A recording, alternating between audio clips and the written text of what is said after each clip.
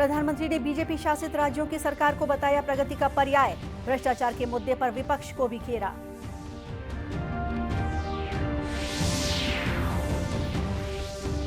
आज से चंडीगढ़ में G20 कृषि कार्य समूह की बैठक। 19 देशों के 150 प्रतिनिधि कर रहे हैं चर्चा।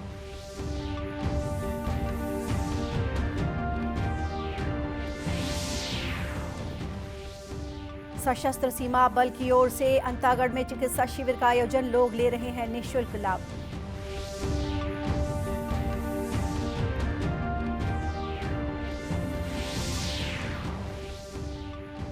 और आज देश में मनाई जा रही है महाअष्टमी। मंदिरों में हवन पूजन का आयोजन। भक्तों का लगा तांता।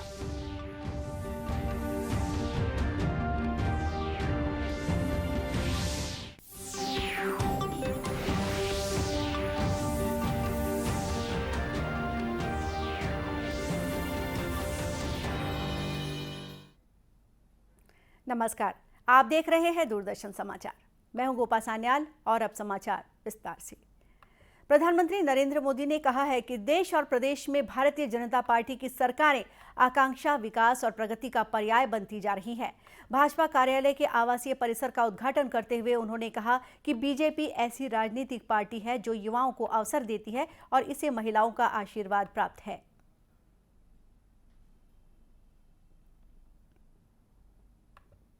परिवार के कब्जे वाली पार्टियां,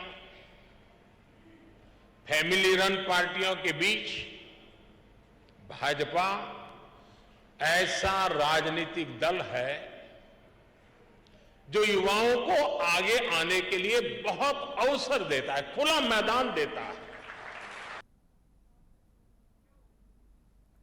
प्रधानमंत्री ने कहा कि कुछ पार्टियों ने मिलकर भ्रष्टाचार को बचाने का अभियान छेड़ रखा है, लेकिन देश की जनता ये समझती है कि भ्रष्टाचार खत्म होने से ही राष्ट्र की प्रगति होगी। उन्होंने आगे कहा कि भ्रष्टाचार के खिलाफ लड़ाई जारी रहेगी। मैं आपको कुछ आंकड़े बताना चाहता हूं। आज prevention of money laundering act यानी पीएमएलए के तहत कांग्रेस की सरकार में यानी साल 2004 से 2014 के बीच 5,000 करोड़ रुपए के आसपास की संपत्ति जब्त की गई थी। 5,000 करोड़। इसी एक्ट के तहत पिछले 9 वर्षों में भाजपा सरकार ने 1,10,000 करोड़ रुपए से ज्यादा की संपत्ति जब्त की है।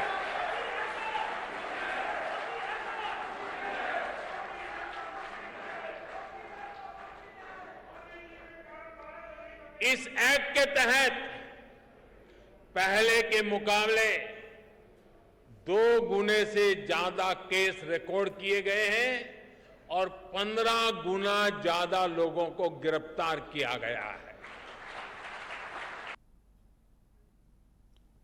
प्रधानमंत्री ने कहा कि आज से कुछ दिनों बाद पार्टी अपना 44वां स्थापना दिवस मनाएगी। इस अवसर पर पार्टी अध्यक्ष जेपी नड्डा ने समारोह की अध्यक्षता की। इस मौके पर पूर्व पार्टी प्रमुख मुरली मनोहर जोशी, नितिन गडकरी और अमित शाह भी मौजूद रहे। चंडीगढ़ में कृषि कार्य समूह की दूसरी कृषि प्रतिनिधि बैठक आज से आयोजित हो रही है। यह बैठक 31 मार्च तक चलेगी, जिसमें 19 सदस्य देश के अलावा 10 आमंत्रित देश और 10 अंतर्राष्ट्रीय संगठनों के प्रतिनिधि शामिल हो रहे हैं। इस बैठक में कृषि से जुड़े अहम मसलों जैसे खाद्य सुरक्षा, जलवायु, डिजिटलीकरण समेत कई मुद्दों पर चर्चा होगी। इस दौरान 19 देशों के करीब 150 प्रतिनिधि चंडीगढ़ और आसपास के क्षेत्रों का दौरा भी करेंगे। साथ ही 30 मार्च को मोटे अनाज का फूड फेस्टिवल भी आयोजित किया जाएगा। प्रधानमंत्री नरेंद्र मोदी हर महीने के आखिरी रविवार को मन की बात कार्यक्रम के जरिए लोगों से जुड़ते हैं। अप्रैल के आखिरी रविवार को मन की बात कार्यक्रम की 100वीं कड़ी प्रसारित होगी। इससे पहले हम आपको सुनाते हैं 29 जनवरी 2017 में मन की बात का वो अंश जिसमें प्रधानमंत्री ने देशवासियों से संविधान की बारीकियों को समझने को कहा।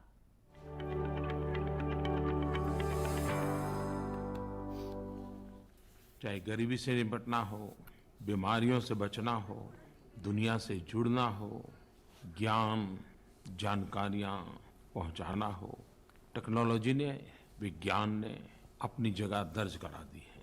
15 फरवरी 2017 भारत के जीवन में गौरवपूर्ण दिवस है।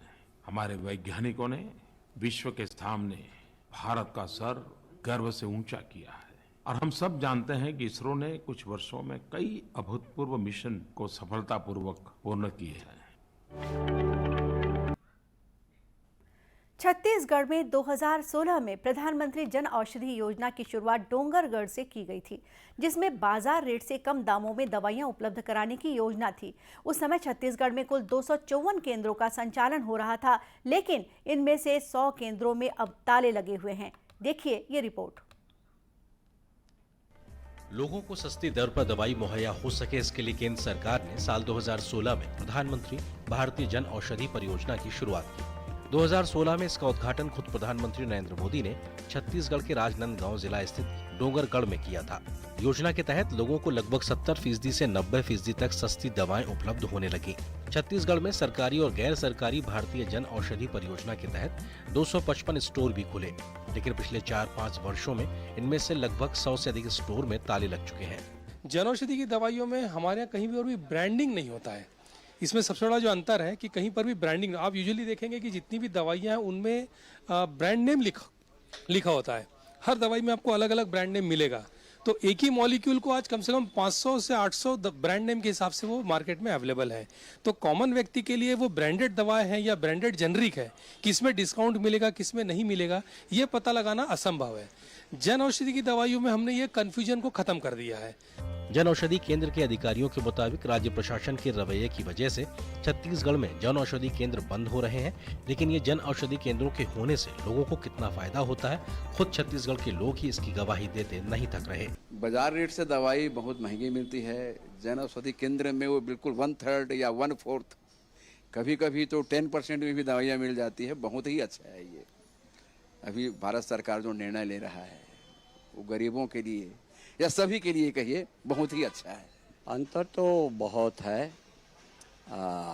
10% से लेके 50% और 80% तक से रिटेल प्राइस मिलता है जन औषधि में।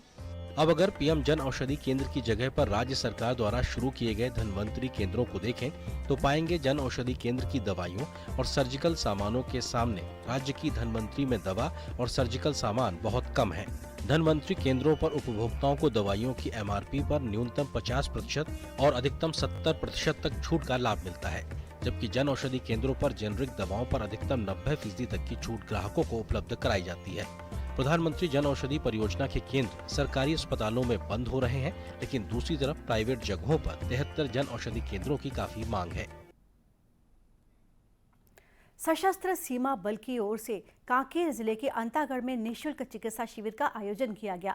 यह शिविर कुहचे गांव में लगाया गया। सशस्त्र सीमा बल भिलाई के उप महानिरीक्षक थॉमस चाको ने उद्घाटन करते हुए बताया कि SSB अपने ध्येय वाक्य सेवा, सुरक्षा और बंधुत्व का पालन कर रहा है और छत्तीसगढ़ में रावघाट रेलवे प्रोजेक्ट को सुरक्षा देने के साथ ही स्थानीय लोगों के आर्थिक सामाजिक स्तर में सुधार लाने की कोशिश की जा रही है।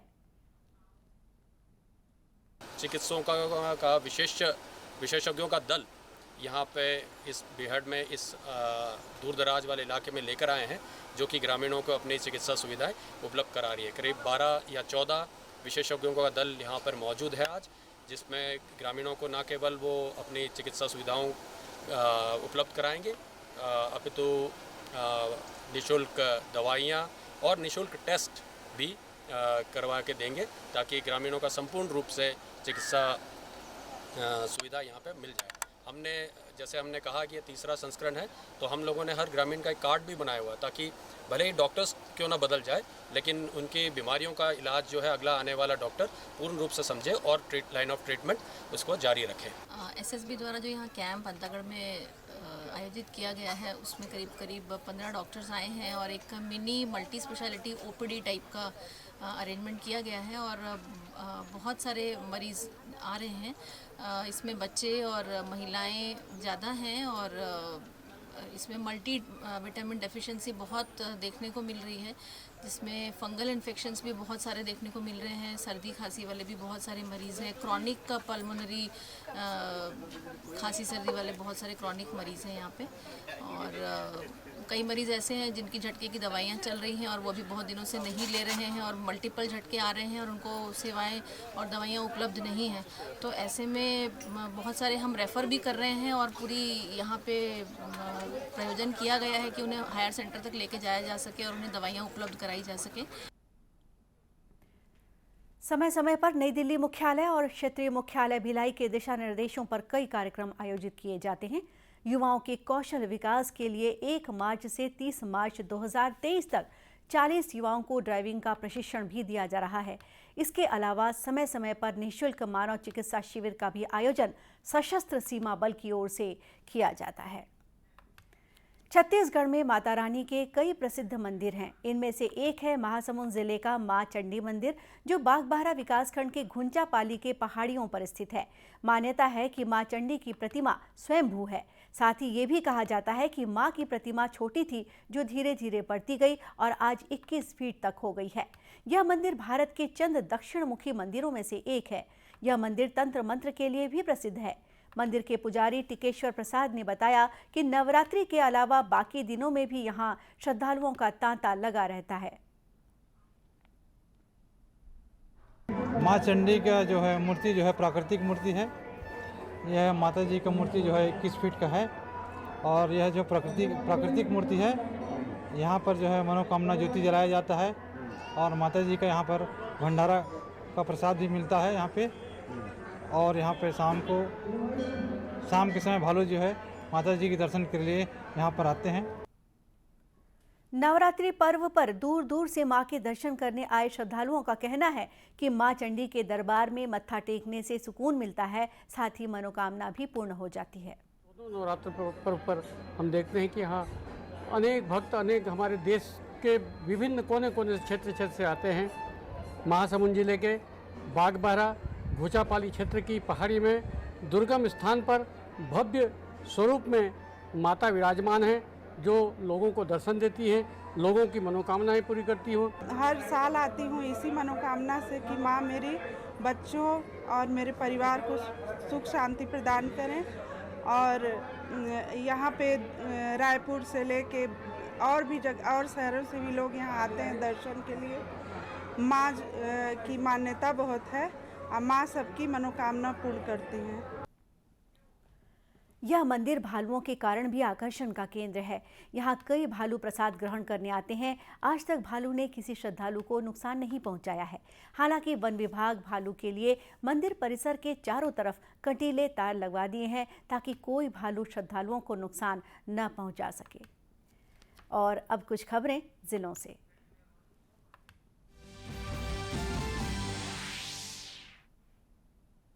बिलासपुर में भारतीय रेड क्रॉस सोसाइटी की ओर से आयोजित एक कार्यक्रम में राज्यपाल विश्वभूषण हरिचंदन शामिल हुए। उन्होंने जिला अस्पताल के 3 वार्ड, एचडीयू, चिल्ड्रन वार्ड और एनआरसी का लोकार्पण किया और रेड क्रॉस सोसाइटी के कार्यों की सराहना की। राज्यपाल ने जन औषधि केंद्र सिम्स के कर्मचारियों, टीबी के मरीज को गोद लेने वाले निक्षय मित्रों और 5 स्वैच्छिक रक्तदाताओं को भी सम्मानित किया।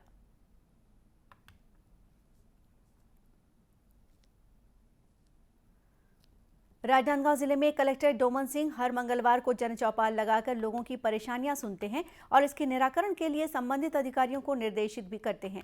उन्होंने बताया कि ज्यादातर आवेदन मांगों को लेकर आ रहे हैं, जिसे राज्य शासन को भेजा जाएगा।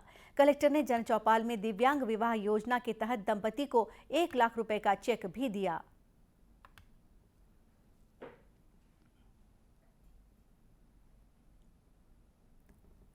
जांजगीर चांपा में ऑनलाइन ठगी करने वाले 8 आरोपी गिरफ्तार किए गए हैं, जिनमें नाबालिग भी शामिल है। आरोपी 5,000 रुपए हर माह खाते में डालने का झांसा देकर ठगी करते थे। शिवरी नारायण का रहने वाला मुख्य आरोपी चिरंजीव केशरवानी पहले भी दुबई जाकर महादेव ऐप में काम कर चुका है। पुलिस ने आरोपियों के कब्जे से 8 मोबाइल, 3 बैंक पासबुक और दस्तावेज जब्त किया है। और इसी के साथ ये समाचार बुलेटिन यहीं समाप्त हुआ। नमस्कार।